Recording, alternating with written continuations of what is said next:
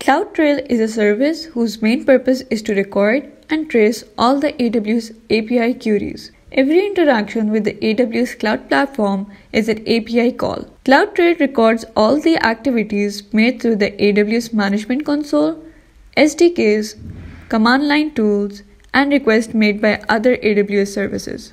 First, request is initiated by AWS Management Console, SDKs, AWS CLI, or by any other AWS services.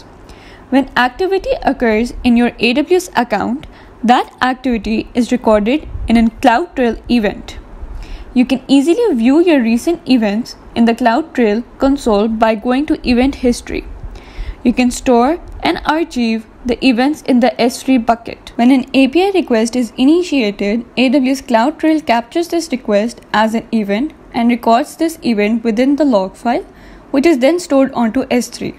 CloudTrail also records and associates other identifying metadata with all the other events.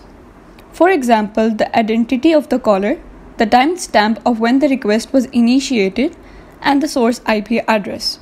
The log file contains who, where you have saved the user details, the role you are using, and the AWS service you have used.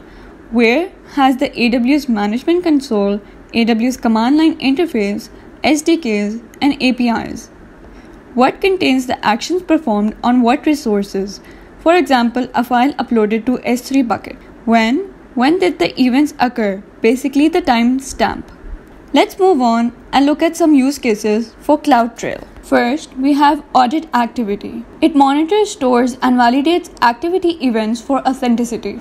It easily generates audit reports required by internal policies and external regulations. Next, we have identify security incidents.